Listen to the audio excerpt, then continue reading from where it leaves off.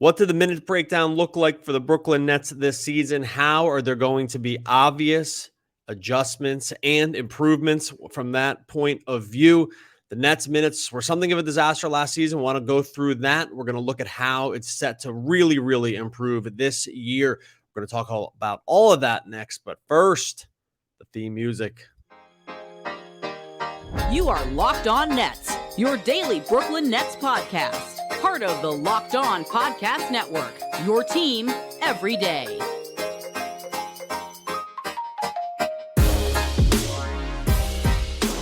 Brooklyn, yo. All right, welcome back to the Locked On Nets podcast on the Locked On Podcast Network, your team, those Brooklyn Nets, every single day as we head toward the regular season, preseason, then regular season for the Brooklyn Nets. I am Doug Norrie, owner-operator of DFSR.com. That's short for Daily Fantasy Sports Rankings. If you're into daily fantasy, if you need some projections for FanDuel or DraftKings, head on over to DFSR.com. Got you covered there. We'll be rolling through basketball season as well. We're knee deep in football, hockey coming around the corner, baseball steaming toward the World Series here. It's all happening at DFSR.com. No Adam Armbrecht from the One Giant podcast. He and I are swapping back and forth on a couple episodes this week as we roll through the preseason, the offseason. I guess we're still in the offseason. It's feeling like we're getting closer to the preseason. I'm getting more in preseason mode for sure with where we are right now, because it feels like the NBA is right around the corner. I mean, it's not very far. It's less than a month away right now, which feels nuts. Like I feel like the way this offseason ran, I mean, it's right around, so October 19th is the Nets' first game. I feel like the way this season ran for the Nets in the offseason, it feels like we never really stopped. But hey, that's sometimes the nature of how these things go. Better to be interesting for sure, that you want your team. I mean, you want your team to win championships first. I think second, you want your team to be interesting short of those two things, because it's just more fun to talk about. But I did want to look back at last year, because I was looking through some minutes and trying to figure out some more rotations for this year and just kind of how things are going to end up shaking out for the Nets, and who's going to play where and who's going to play what. And I know that's going to be a topic of the discussion as we lead into the new season. And I think some of the preseason stuff will help iron that out. We'll know exactly who's on the team or not. Adam's going to talk about some other guys later in the week that we're keeping an eye on. And sometimes this gets cleared up in the preseason. We'll know about the Simmons thing. We'll know about sort of how some of these other new guys are going to fit into the mix, like Royce O'Neal, like where TJ Warren's going to land, all this stuff. Some of it will get worked out in the preseason. Some of it will get worked out in the early season. It's always in flux. That's just the way basketball is. Injuries, rotations, in and out of the starting lineup. Short of the superstars, things can really change around the NBA. But looking back at last season, it was always apparent that there were issues this is an understatement of the year, that there were issues with how the Nets season unfolded last year, that it was just all over the place. They couldn't get starting lineups going. They were starting 5-man lineups in the playoffs that had never played together. Like, we knew it was all over the place when it came to who was actually on the court. But taking a deeper look at how the minutes actually did shake out for the Nets, it really is so alarming around what happened last season. And frankly, kind of a miracle when you get down to the end of it, that the Nets ended up even having a winning record. Like, forget making the playoffs, like that they were even 6 games over 500 with a positive point differential is kind of a miracle when you look at how the minutes shook out for the team last season. Because some of this stuff, it's really easy to forget, and maybe you'll be surprised to kind of revisit some of it. But when you go back through how things looked for the Nets last season and how comparatively they're going to presumably look this season, it really should be like night and day in terms of how things end up breaking down. Because I'm going to tell you right now, the minutes last year were an absolute mess, an utter mess. So the first thing that really stuck out to me is that the team leader in minutes last year, the team leader with 2,346 minutes was Patty Mills. And you're like, okay, that's weird for a couple of reasons. One, it's like not a surprise. So obviously we know Patty Mills played a lot. This is none of this is spoiler alert stuff, right? This stuff already happened. Patty Mills played 300 more minutes than the next closest net last year, who was Kevin Durant with 2,047. 300 minutes from a guy in Patty Mills who started less than half the games for the Nets. He was the only guy. I looked through this for the other teams. He was the only player among any player in the NBA last year who led his team in minutes and started fewer than half the games. And frankly, a lot of them aren't even close. Like most of these players were in the 60 or 70 start range when it was all said and done, because this is what happens. Like the players that start the games are usually your best players, and those are the ones that played the most minutes. Like this isn't rocket science. This is the math on this is not difficult. So just from that starting point, the Nets were such an outlier in just who led their team in minutes. It was Patty Mills. I know he's gotten, kind of roasted a little bit here in this offseason. Nets fans find him to be a polarizing dude. I think by and large, the regular season was overwhelmingly positive. So I don't want to let what happened in the playoffs cloud our judgment on Patty Mills. But if Patty Mills is playing the most minutes on your team, is there any world where you think you're a playoff team? Like if you just knew that afterwards, if you knew that beforehand, if you knew that Patty Mills was like, hey, we're going to get to the end of the season, Patty Mills is going to have played the most minutes on the team, where do you think your team is? You're like we're figuring out who our lottery pick is. It'd be so confusing too, because he's old. Also, he's 33 years old. He's playing the most minutes. He was brought in to be a bench player, a six man. And so it'd just be confusing right off the gate. So it's one of these things that really highlights what sort of like a travesty on some levels the Nets season was, or just how crazy it went that this guy ends up leading the team in minutes. Like just looking into this season, there's just no way that's going to happen. There's no chance. There's just no chance. The bench is already deep enough. They already have enough guys that just can play multiple positions. They already have just more talent, like all the way through the further end of the bench than they did last season. So just knowing that right away, it's like, hey, this season almost no matter what, hopefully I'm not jinxing this, under no circumstance is Patty Mills, or a guy like Patty Mills, really going to lead the team in minutes by 10% more than the next closest guy. It's just not going to happen. That alone, just that movement alone signals such a positive trend for the Nets going into the season. Yeah, of course we know that the team is already looking better. We know that with a guy like Simmons coming back and replacing a lot of minutes, even if he's not the Simmons of old, your team is more than marginally increasing on its talent base and its like talent floor just from that situation. This isn't a knock on Patty Mills, by the way. This is I thought his season was way beyond expectation. He was excellent. He was among the best 3-point shooters in the league. He needed to play way more in his age 33 season than he had ever played before. So it's not a knock on him. It's just what it ends up telling you about the team in general. And then there's other really super disturbing stuff here too. Like when I'm going to break down a few other little trends that we see from the minutes and how just this alone will end up clearing up so much of what's happening with the Nets this season. Before we do that, going to talk to you about our friends over at Bet Online. Bet Online has you covered as your number one source for all your pro and college football betting needs and sports info this season. They're rolling through football season. You should be rolling along right there with them. They got all the latest league developments, game matchups. They got news. There's podcasts on Bet Online. They have all, they're rolling into week 3 just like we are for the NFL. And they even have some early NBA stuff also. We went through the win totals and championship odds for the Nets already a couple episodes ago. So go check that out right now. Nets -4 against the New Orleans Pelicans in that first game of the season. So go make sure you check that out over at Bet Online. Head on over to the website, use that mobile device, learn about all the trends, all the different action. Bet Online, where the game starts.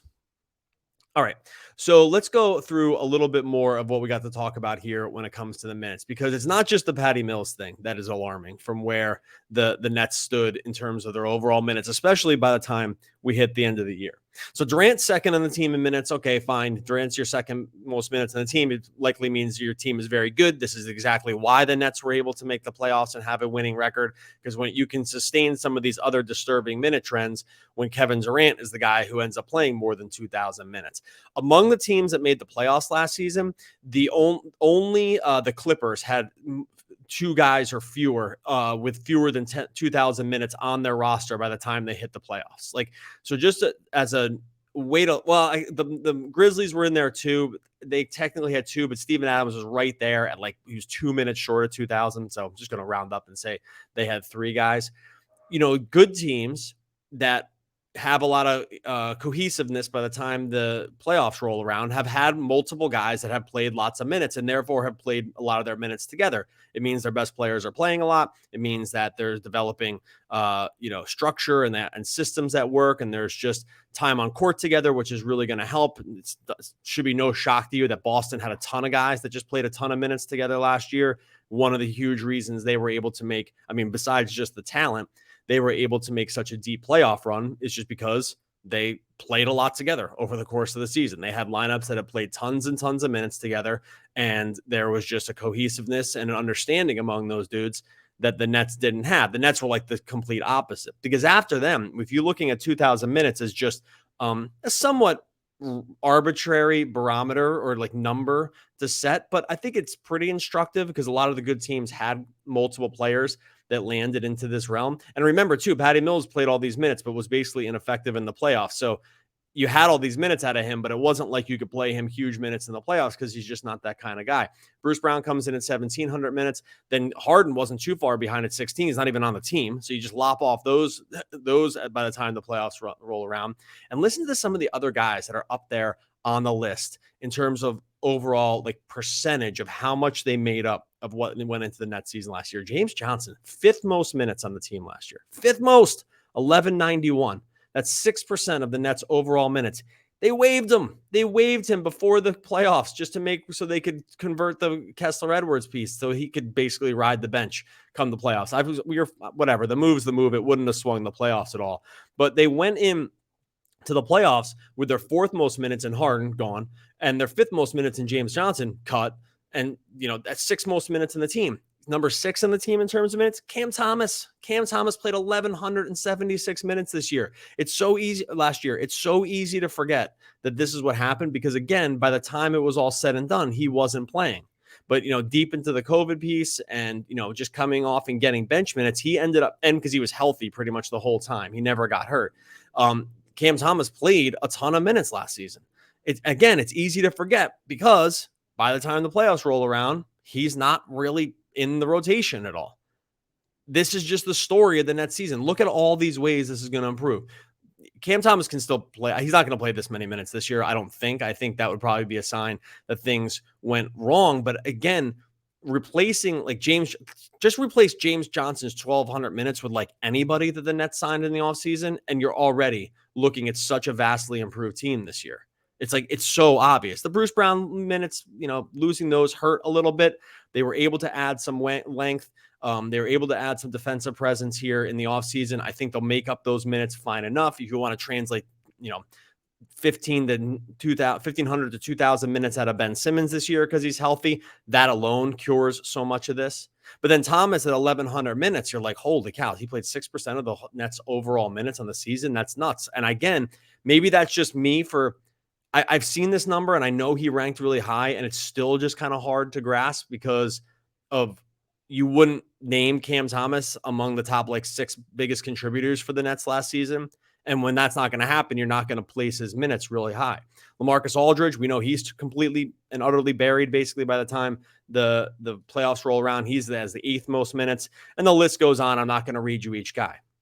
I'm not going to read you each of their minutes, but it tells this crazy story. But think about what the Nets are replacing this year with these guys, replacing these minutes with Simmons, replacing these minutes with Joe Harris, who's going to be hopefully coming back healthy, replacing these with Royce O'Neal, who basically just comes in and you want to say he takes a lot of Bruce Brown's minutes and some of this other stuff. Great. That's a lateral move, let's say, at worst. Some of you are going to say that Royce O'Neal is better than Bruce Brown. I don't know if we're going to debate that here, but you're not, no one would think you're losing a ton with them making those moves.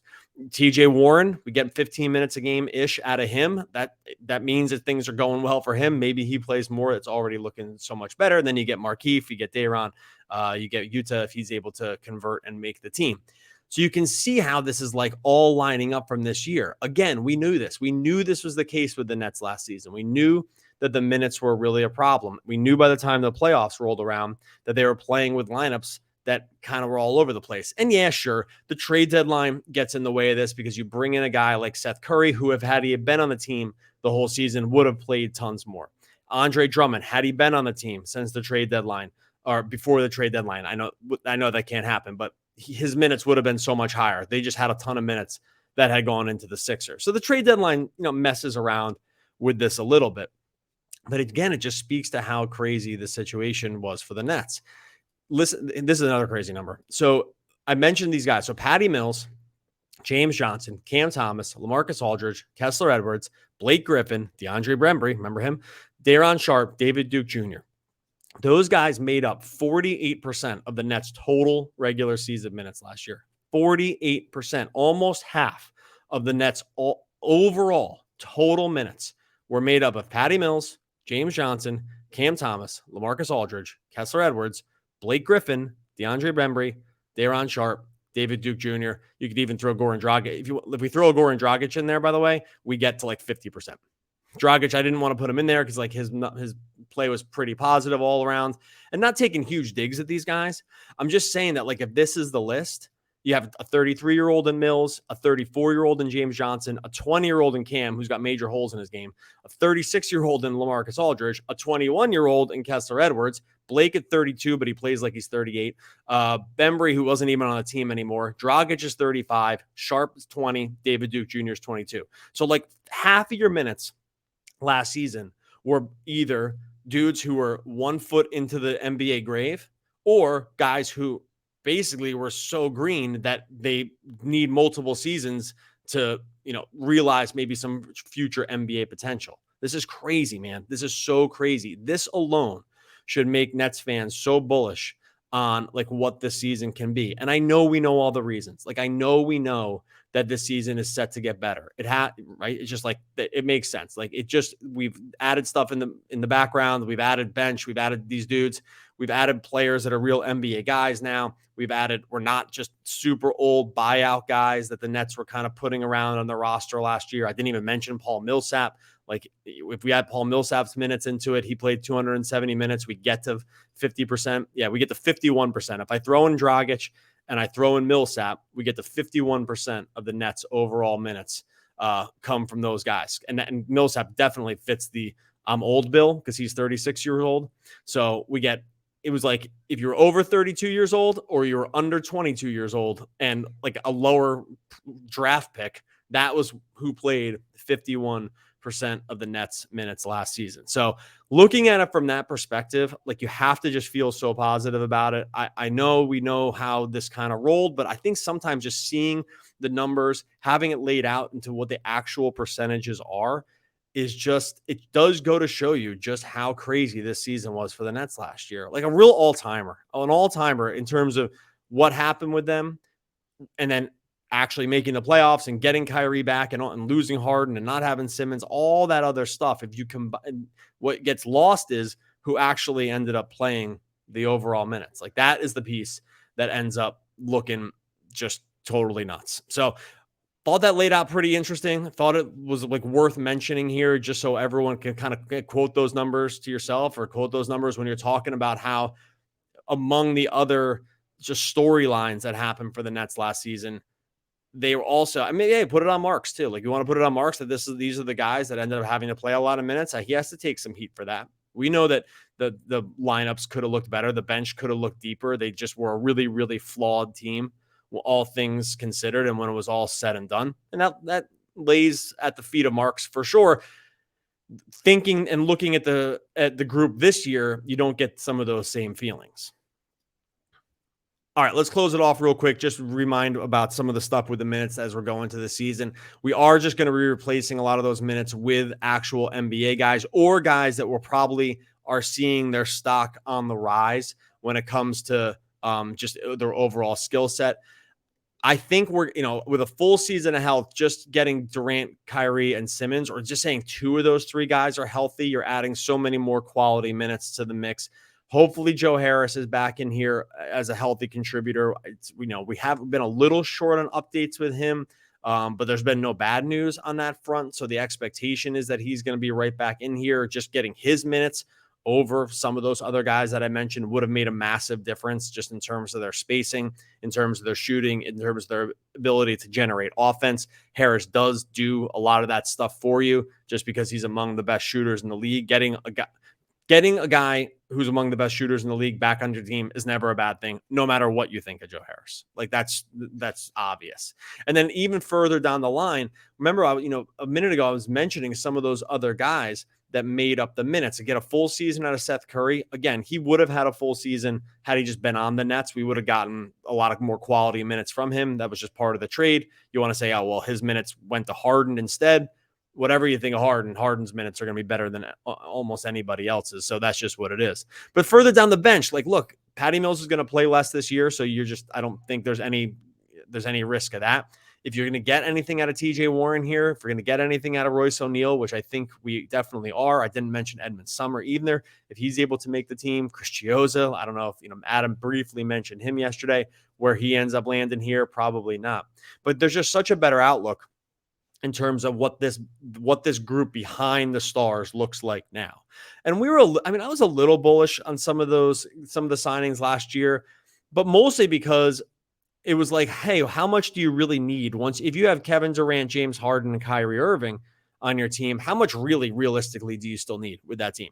The answer is not much. If all three of those guys are playing, if everyone's healthy, if it's all things being equal going into the season like we thought they were going to be, the answer is like you don't really need that much beyond those guys because the offense was so otherworldly that, were they a lock to win the championship? No, but there was a reason they were the out and out favorites with that group, and why we were fine with some of those signings. It's because hey, when those three dudes are the guys you're playing with, throw in any two guys that can kind of like rebound, maybe space the floor a little bit or not space the floor.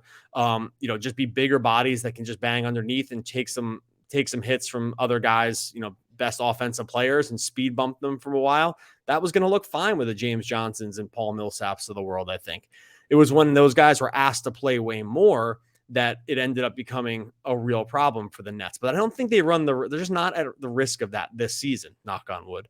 I don't think between the guys they brought in and the versatility a guy like Simmons has that can cover so many of those different positions, whether offensively or defensively for the team, they're just really not at a risk of having it fall off a cliff like it did last season. I don't think, right? There's all these different worlds where it could happen. Kevin Durant requests a trade. I think at that point we're having a totally different discussion anyway. So I don't think, it's hard to even introduce that as a total possibility around like what can really happen here. But I think if you just look further down the chain of this lineup, you just see guys with more versatility, see guys that can space the floor a little bit better, see guys that like Warren that can actually have the ball in their hands if they need it. Because they desperately needed a guy like that near the end of the year to be able to give them anything off the bench in terms of scoring. They didn't have it. Whether he comes back at full health, I'm not sure. But the archetype of player that they brought in this year does just look different. It just looks different this season than it does last season. And I think that's really, really encouraging. We don't have that wide gap of 33 years or older, 22 years or younger, and no one else on the team really plays. Like that is not a good recipe typically for a really winning basketball team. Kevin Durant makes up a lot of the difference. Guys like Kyrie make up a lot of the difference. Harden, when it's going well, make up a lot of the difference. These guys are the superstars where you can have flaws in the rest of your roster. By and large, you don't want to have that. And the Nets go into the season really without that as a problem. So just thought it'd be instructive to look back at those minutes, just kind of blink your eyes and rub your eyes and look at sort of how it worked out, because it really is it's crazy, man. It's like, so I go find me another team that had a minutes breakdown like that, like ever, that was actually in the playoffs and in part of the discussion going into the playoffs. I know they ended up getting swept. I know Kyrie said it was a humbling experience. We know how it ended, but go find me another team that has a breakdown like that among their core players and who actually played for their team over the course of a season when it comes to the age, when it comes to the experience, when it comes to just the overall talent. You're not going to find many. It just doesn't happen like that. Basketball just typically doesn't work out like that. Teams like that usually aren't in the playoffs because things went really wrong. Like that's like things go so wrong that you just end up not being able to make up enough along the margins to actually still be competitive. The Nets actually kind of by a miracle were still able to be competitive because a bunch of other stuff. I mean, they had Kevin Durant, they had Kyrie Irving, and when you have those guys and it's near the end of the season and you can make the playoffs, like you are going to be part of the discussion. So crazy season. The minutes are going to work out differently this year, almost for sure. On that alone, we have to feel pretty bullish about the prospects for the squad. I know a lot of you out there are already feeling very positive, and I think you should be about what's in store for this next season, but wanted to lay it out in a way that was really comparative because I think those minutes breakdown does that. Make sure you visit our sponsors over at Bet Online. That really helps us. It really helps the podcast, and it's just easy for you to do. So you go to betonline.com. Make sure you subscribe to the podcast wherever you listen, Apple, iTunes, Spotify. It's free and available everywhere. It's free for you to just hit subscribe. It helps us the most on a day-to-day basis. And you can do the same thing for free over on YouTube. Maybe by the time I post this, we're going to be at over 3,000 YouTube subscribers. If not, we're going to be darn close. I'll take a look real quick while we're looking right here. Right now, we're 2,9. Oop, I got my thing blasting in the back. We got 2,998. So 2 more to go. Might be there by the time you read this. If not, or hear this, make sure you go over and subscribe to the Locked On Nets YouTube channel. Leave a comment as well. Try to get it in a comment as many as we can. We have a million comments. Really appreciate all the love you've given over on YouTube as well. Adam is the one that always has these quotes at the end by the great American poets. I always get to the end of the solo podcast and realize I don't have one. So you know that that's how that's going to roll. In the meantime, I'll just say we will be back again tomorrow talking more Brooklyn Nets basketball.